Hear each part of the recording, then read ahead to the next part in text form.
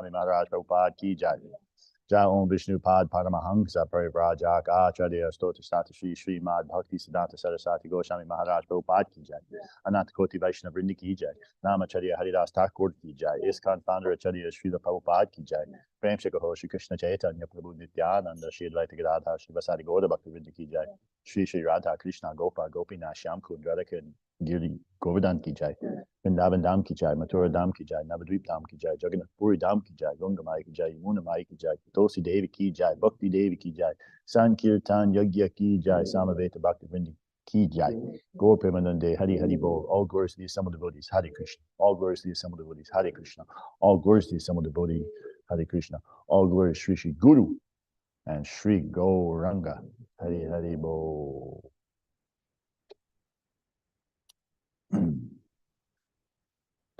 Om Namo Bhagavate Vasudevaya. Om Namo Bhagavate Vasudevaya.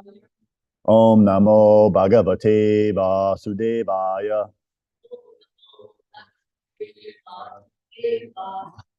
Om Namo Bhagavate Vasudevaya.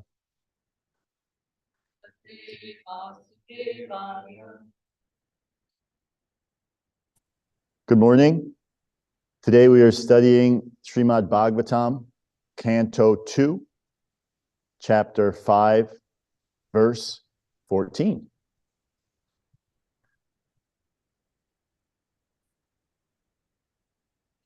Dravyam karma cha kalascha.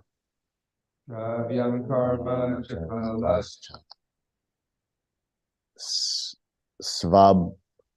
Swabhavo jiva eva cha.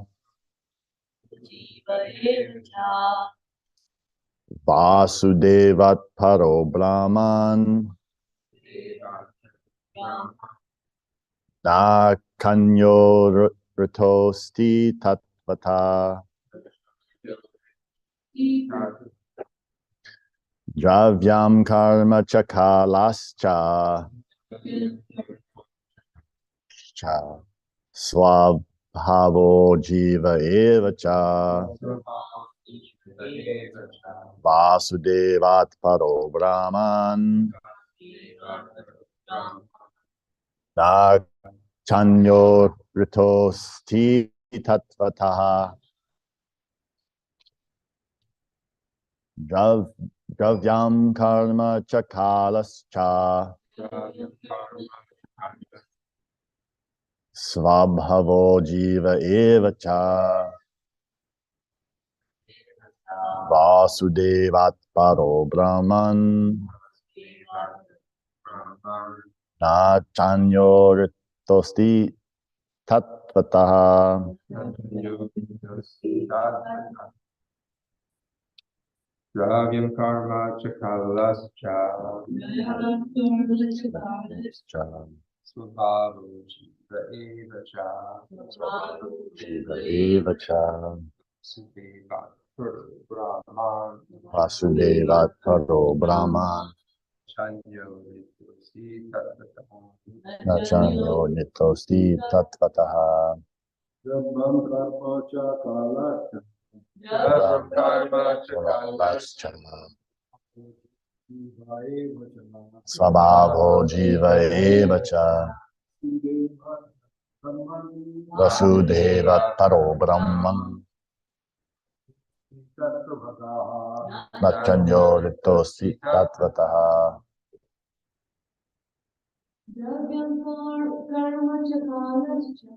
Dravyam karma cha Kalascha.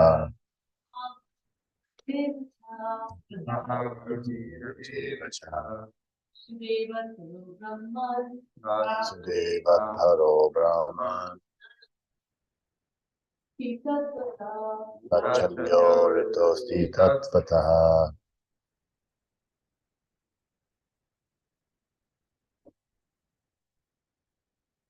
Synonyms. Dravyam. The ingredients: earth, water, fire, air, and sky. Ingredients: earth, water, fire, air, sky. Karma, the interaction. Cha, ends. Kala, eternal time. Cha, also. Svabhava, intuition or nature. Jiva, the living being. Eva, certainly. Cha, and Vasudevat. Vasudeva, sorry, from Vasudeva. Para, differentiated parts. Brahmana. O Brahmana. Na, never. Cha, also. Anya, separate. Artha, value. Asti, there is. Tatvataha, in truth. Translation and purport by His Divine Grace A.C. Bhaktivedanta Swami Prabhupada. The 5 elementary ingredients of creation, the interaction thereof set up by eternal time, and the intuition or nature of the individual living beings are all differentiated parts and parcels of the personality of Godhead, Vasudeva. And in truth, there is no other value in them. The phenomenal world is impersonally the representation of Vasudeva, because the ingredients of its creation, their interaction, and the enjoyer of the resultant action, the living being, are all produced by the external and internal energies of Lord Krishna. This is confirmed in the Bhagavad Gita 7.4.5. The ingredients, namely earth, water, fire, air, and sky, as well as the conception of material identity, intelligence, and the mind, are produced of the external energy of the Lord. The living entity who enjoys the interaction of the above gross and subtle ingredients, as set up by eternal time, is an offshoot of internal potency, with freedom to remain either in the material world or in the spiritual world. In the material world, the living entity is enticed by deluding nescience. But in the spiritual world, he is in the normal condition of spiritual existence without any delusion. The living entity is known as the marginal potency of the Lord. But in all circumstances, neither the material ingredients nor the spiritual parts and parcels are independent of the personality of Godhead, Vasudeva. For all things, whether products of the external, internal, or marginal potencies of the Lord, are simply displays of the same effulgence of the Lord. Just as light, heat, and smoke are displays of fire, none of them is separate from the fire. All of them combine together to be called fire.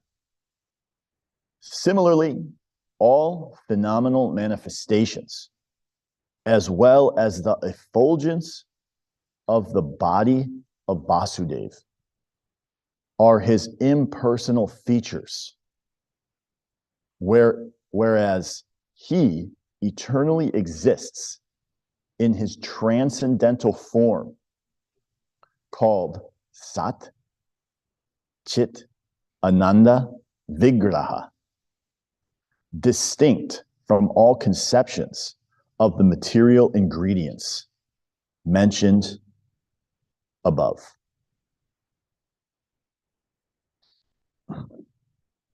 Om Jnana Timirandasya Gananjana Shalakaya Chakshulun Militam Jena Tasmai Shri Guruve Namaha Shri Chaitanyam Manho Bhishtam Sthapitam Jena Bhutale Svayam Rupa Kadhamayam Dadati Sva Padantikam.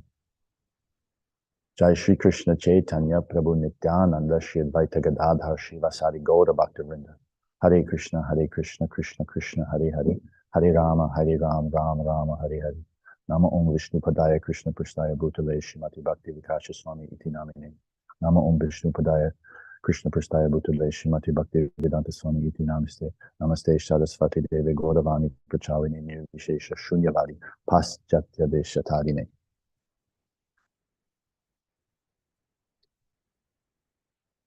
Okay, this is a very fun verse.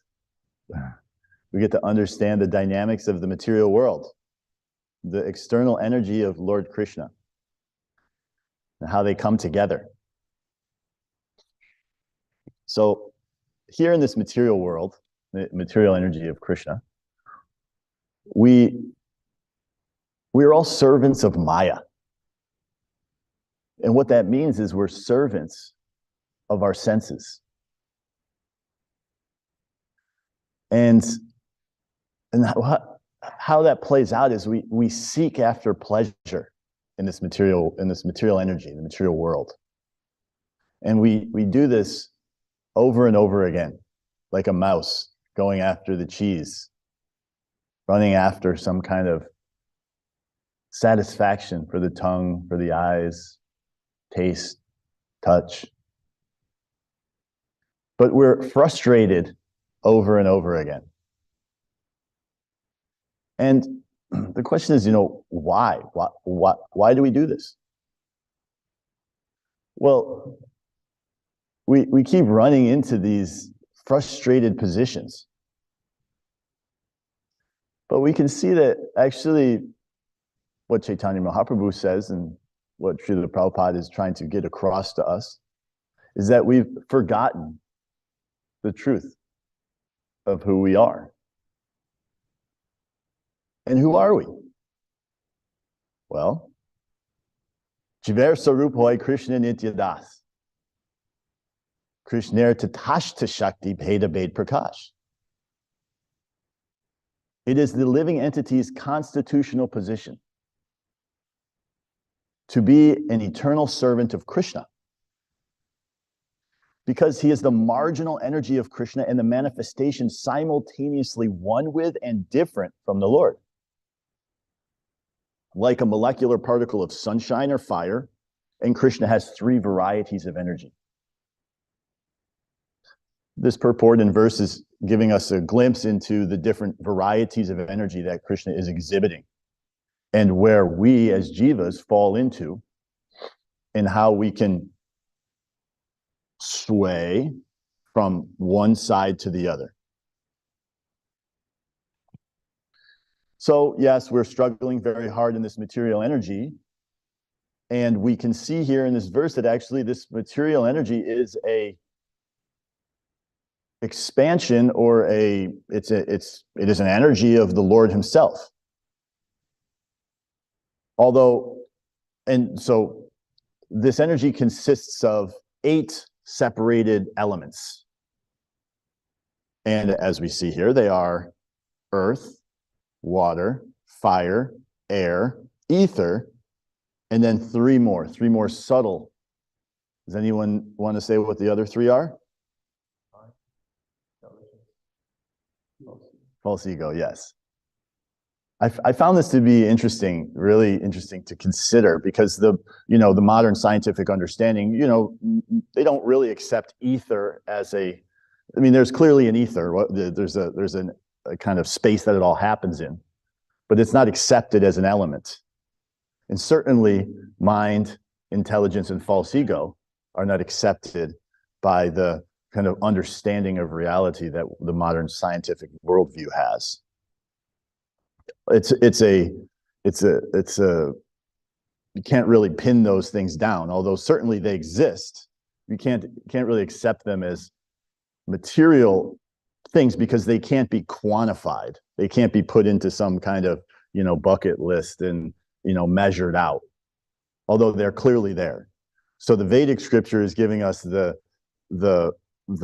clearly defined aspects of what our own consciousness is consisting of. And these are very important things to understand, because then we can understand our own position and how we can navigate our own minds and our own intelligence and our own selves. Now, the interesting point about this verse is that it's discussing how the world, or the material energy, is consisting of these 8 separated factors. But then there's one component that sets it in motion. What's that one component from this verse? Time. Time, yes, very well, exactly, time. So time is like, and it's like the indefatigable factor of this material existence that cannot be overcome. And it is the glue, so to speak, or the thing that sets all of these things in motion, all of these material energies in motion, which allows for it to kind of occur. Now, time is a very interesting factor, because even from the material perspective, time is very hard to understand. Because how can something have no beginning and no end? And if it does have a beginning and it does have an end, then what comes before it and what comes after it? This is growing up, and this is something that a lot of drives many people to trying to consider spirituality or something beyond this, because it's a perplexing question that we come up against. What is before time and what is after time? And if it is eternal, then how does that work? Our brains can't really conceive of it, but one thing we know for sure is that time is impacting us. And there's no way to overcome it, and there's no way to defeat it. The best that we can do is try to move with it in a graceful way, as graceful as possible. The history and the history of the world is littered with big personalities who have tried to overcome time and space. From Napoleon, Cleopatra, Churchill, Socrates, now modern day, Elon Musk, Jeff Bezos, they all want to, promise that there's going to be a conquering of time and space. But up to this point, it's all, as Prabhupada puts it, post-dated checks. So to try to overcome time is a delusional attempt. But we understand actually that time is the factor that Krishna is. It is a function of Krishna's energy, Kala. He says in the Bhagavad Gita, time I am, the destroyer of all the worlds. As much as someone wants to deny the existence of God or deny the existence of a higher power, one cannot deny the existence of time. And at some point, everyone must come to terms with the reality of their own mortality, which time is hurtling us towards. So we have the 8 material elements, which is consisting of earth, water, fire, air, ether, mind, intelligence, and false ego. And then in regards to this, so in the Bhagavad Gita, there's 5 main topics that are discussed. And this is explained in the introduction of the Bhagavad Gita. Can anyone remember what those 5 main topics of the Bhagavad Gita are? Jiva. Jiva's one. Ishwara. Yes. Krishna. Yes. Prakriti. Prakriti. Nature. Nature. Then there is Kala, time. Kala, yes. And then Karma. Karma, exactly. Very good. So we have Ishvara, the Supreme Lord. Jiva, the living entity. Prakriti, which is nature. Kala, eternal time.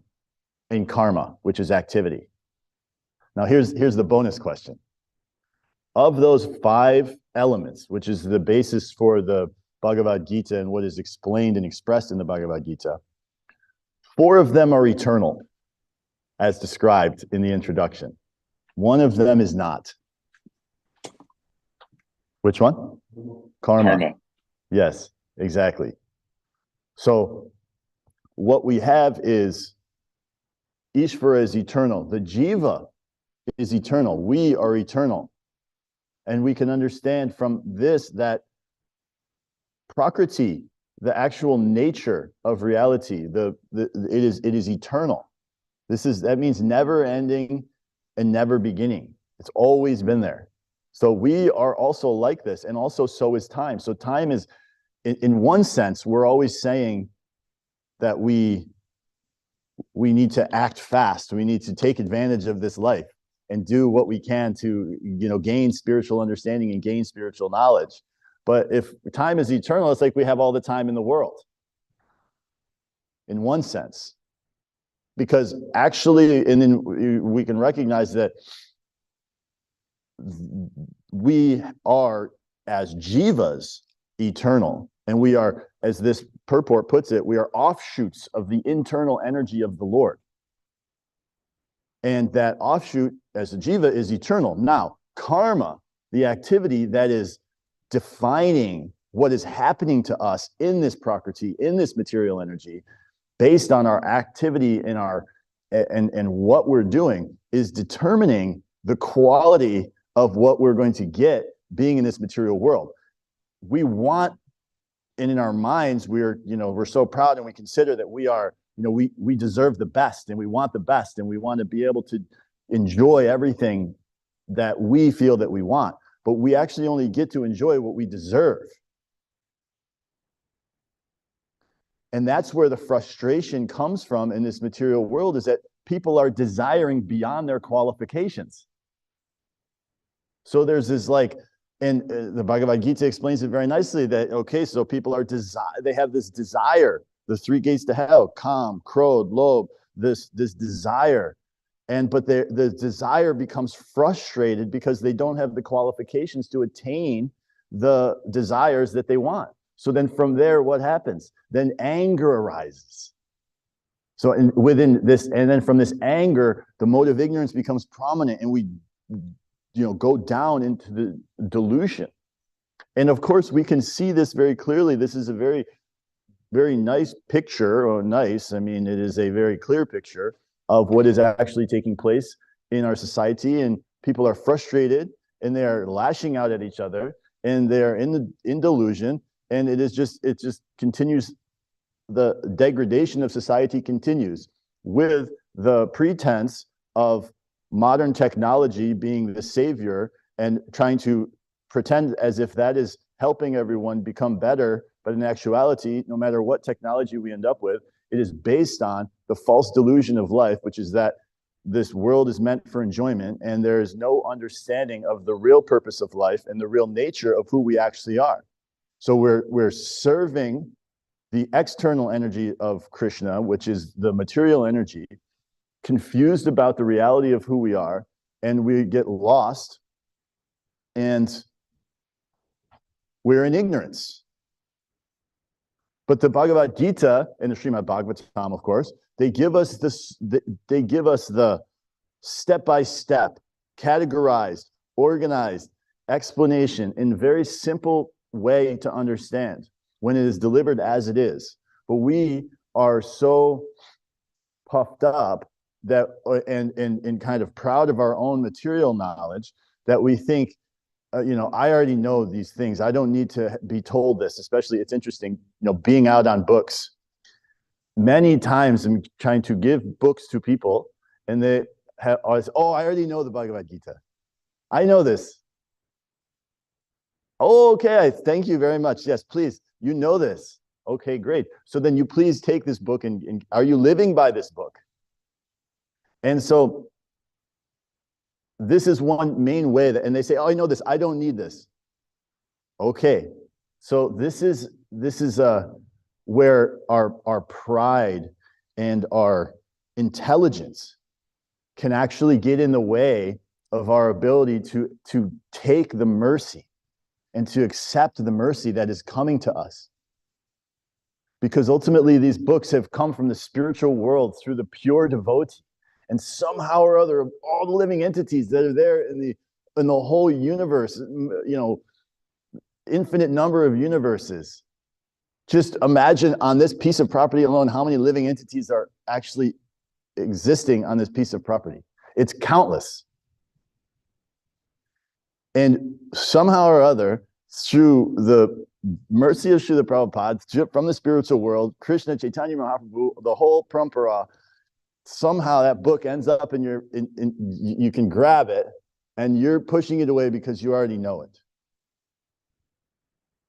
Now, I am like this. This is a tendency that we all have in this material world. And that is why Chaitanya Mahaprabhu gives us a direction.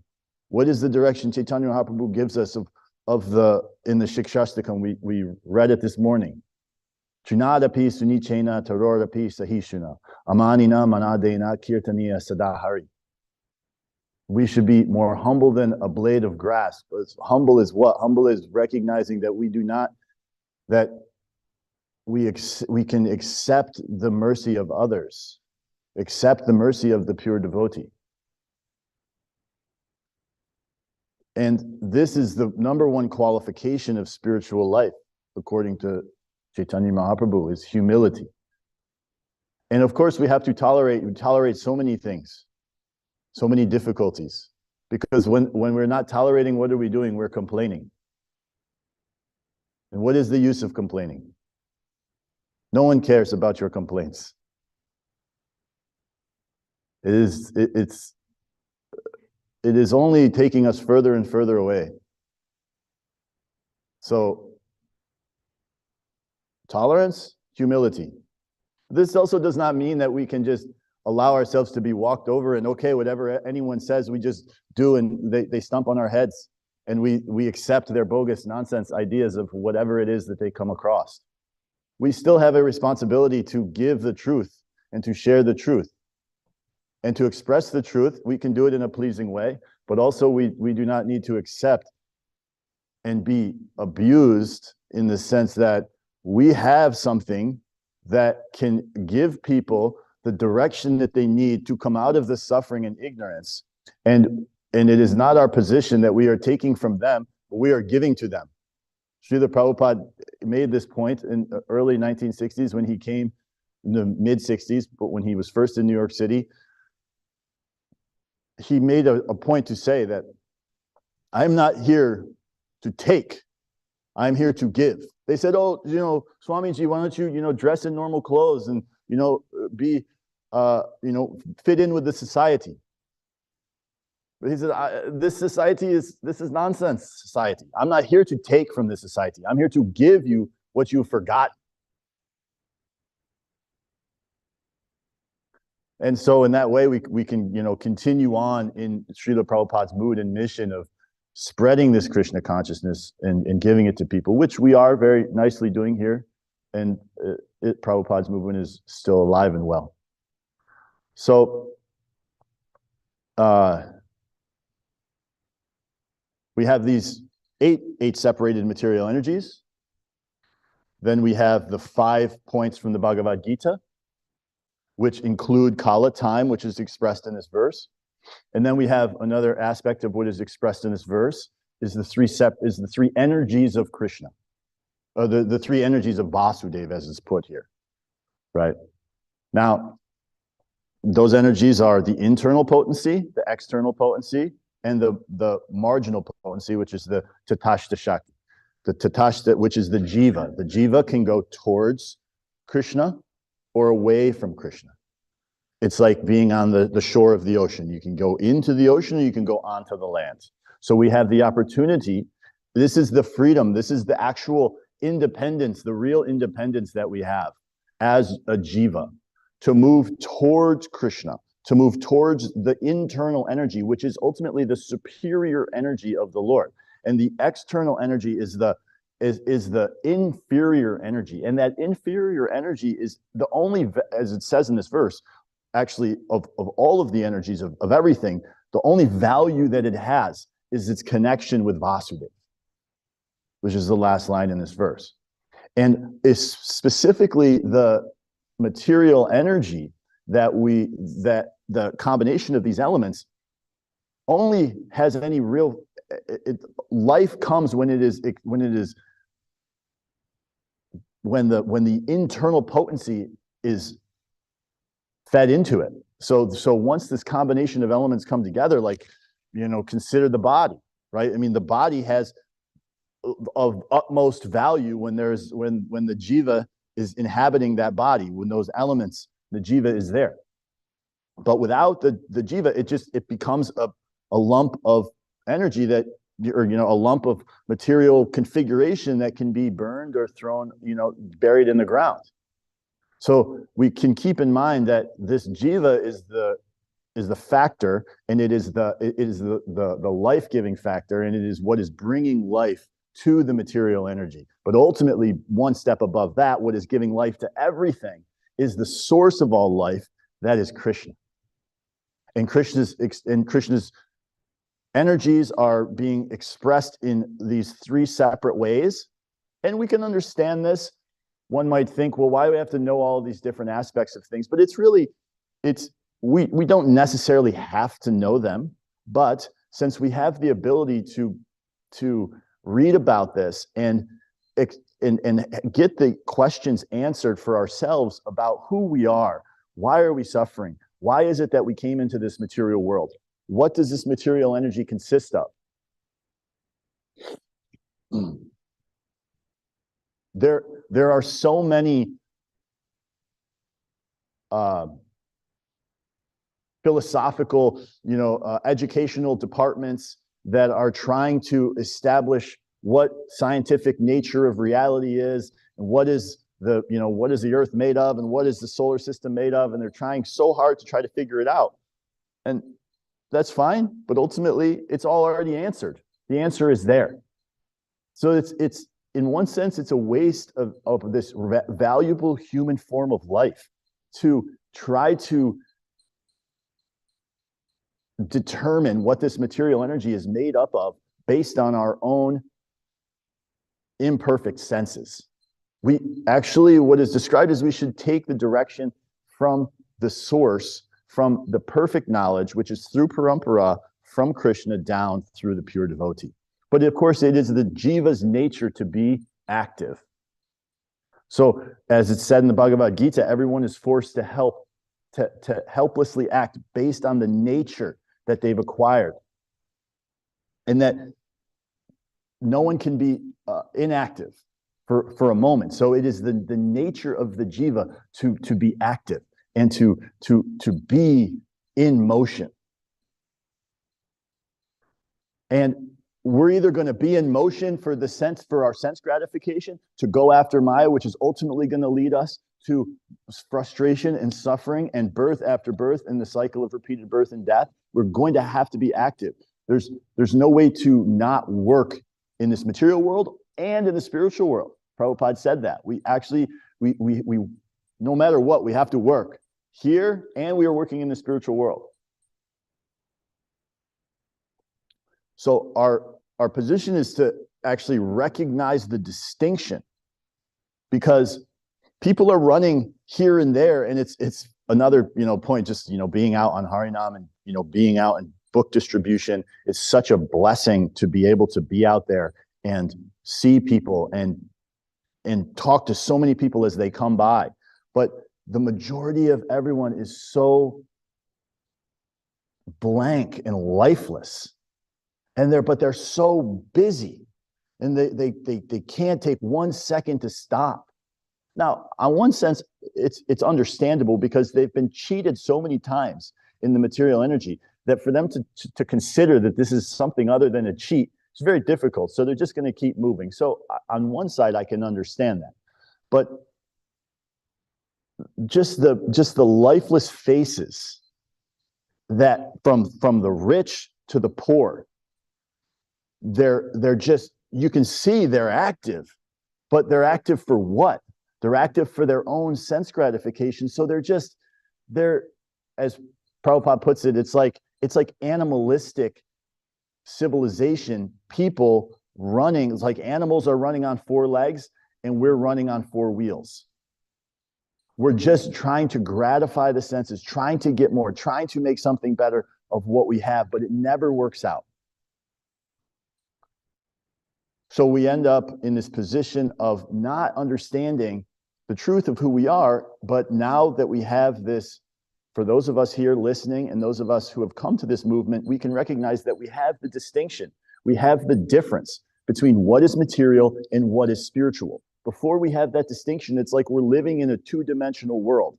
I have had this experience for myself coming to Krishna consciousness that so after having come to being able to get the philosophy of Krishna consciousness and see the depth of what the nature of reality actually is, and the spiritual dimension of reality and how far and wide that goes, and that there's a material energy that when we just have the understanding of the material energy, it's like we're cardboard stick figures. Then with that spiritual dimension, it opens up like a multifaceted reality, which actually can give us the depth and give us something to really sink our teeth into, to have purpose in life. Because without that purpose, life becomes so miserable, ultimately, no matter what we end up with. So we're in a very fortunate position to have come into that. So we can try to keep this formula in our mind that we have 8 material elements. So if anyone asks, I mean, we can recognize and we can know this as followers of Srila Prabhupada. What are those 8 material elements? Earth, water, fire, ether, air, material, mind, false ego, and intelligence. This comprises the material energy that we are all experiencing. Why? Because we came from the spiritual world because we wanted to enjoy separately from Krishna. That's why we're here. That's why it was created, to give us the opportunity to give it our best shot. So we have that. Then we have another point to keep in mind, and we can study the introduction of the Bhagavad Gita to understand what are the 5 basic topics of the Bhagavad Gita. What are those 5 basic topics? Jiva, Prakriti, Ishvara, Kala, and Karma. Okay, and those are explained. It's very nicely explained. I mean, just the introduction to the Bhagavad Gita is enough you can shut down so many departments of the modern educational institutions, because it's all there. And then there's 3 energies. So 8. So there's 3 energies of the Lord, which is the basis for all of these things. Internal potency, Krishna. So that's the spiritual. External potency, that's the material. That's the 8 things are comprised of that. And then the Tatashta Shakti, marginal energy, which is which is the Jiva. That's who we are. And that Tatashta Shakti energy is what? It is a Jiver Sarupa. It is an eternal servant of Krishna, but we have been using our servant nature to serve Maya, which has been bringing us down. So there we have that. We can organize those in our mind. We can understand it. We can help use that to preach, to understand our own position, to establish more faith in the Vedic knowledge and the Vedic understanding of reality, and not be fooled by any modern approaches of modern approach. It has some value in certain areas, but in many ways it's very confused. So we stick to Srila Prabhupada and his message, and from there I will end, and I'll give those an opportunity to share, ask any questions, or give any protests or any corrections. So anything. First, we'll give people in the devotees in the temple room an opportunity, and then anyone from online. I know it's like, okay, I got to think of something to say. Or to question. Yes, Dronacharya Prabhu. Hare Krishna. Thank you. Hare Krishna. Thank you. The idea of time, every time I think about it, I stop thinking about it. Mm-hmm. I can't quite understand it, especially how the concept of eternal time. And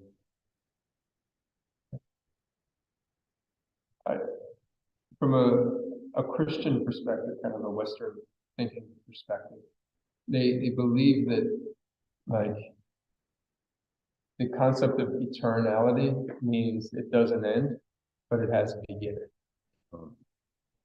Meaning like I can understand my own beginning. I was born, I had, but this idea that I'll never die, is there. But I've had to have a beginning because what would exist before being? And Bhagavad Gita clearly indicates that the soul has no beginning, has no end. Never was there a time when I did not exist. You know how this case. There's several verses to that effect. Krishna really drives home this point. So to think that there's like this eternal time, and I guess we're just kind of living in just almost like a blink of an eye, like each of our lifetimes. So everything we experience has a beginning, grows old, and then dwindles. But in the spiritual world, there's also this concept of time. But things aren't born, they grow old, they don't die, they don't age. They're ever fresh. So time is experienced differently there than it is here. I guess it's just I've always gotten kind of bewildered by it. I remember asking a question one time about this, and if I recall correctly, it was about in the spiritual world, like here, time actually drives the activity. Right? We get old because time goes on and we age close to time. Where in the spiritual world, time is under the manipulation of the Leela. So based on the Leela, the time serves. Time is actually like a servant of the pastimes of Krishna, which allow the pastimes to continue, as opposed to time dictating that things will happen. It's just it's a fascinating concept. Again, every time I think about it, I stop thinking. Yeah. It's like trying to explain to an ant that they're in a town, or like they're in a city, inside of a county, inside of a country, inside of a planet. Like the ant could never comprehend what its position is. So because it's just it doesn't have the consciousness to be able to understand all of that. So in the same way, like although we have this more advanced understanding of kind of ourselves and reality, kind of self-awareness, still to consider how it all functions and how time could be eternal and how the jiva could be eternal, and we try to figure it out.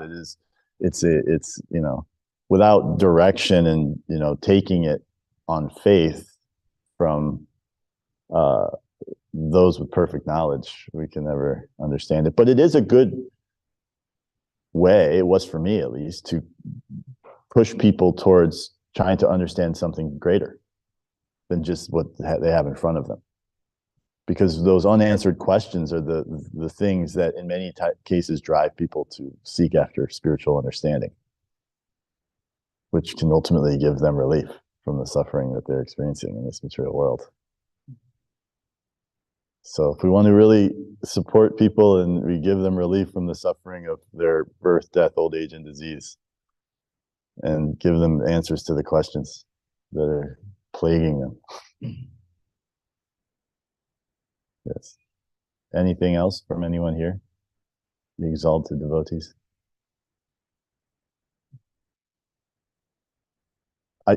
Can we give those in the audience online a chance to ask any questions? I know that sometimes there's... If anyone would like to say anything or anything online. please feel free to raise your hand and we'll. Does anyone have any questions online? I don't see any hands. Okay, all right. So we have 8, 5, and 3.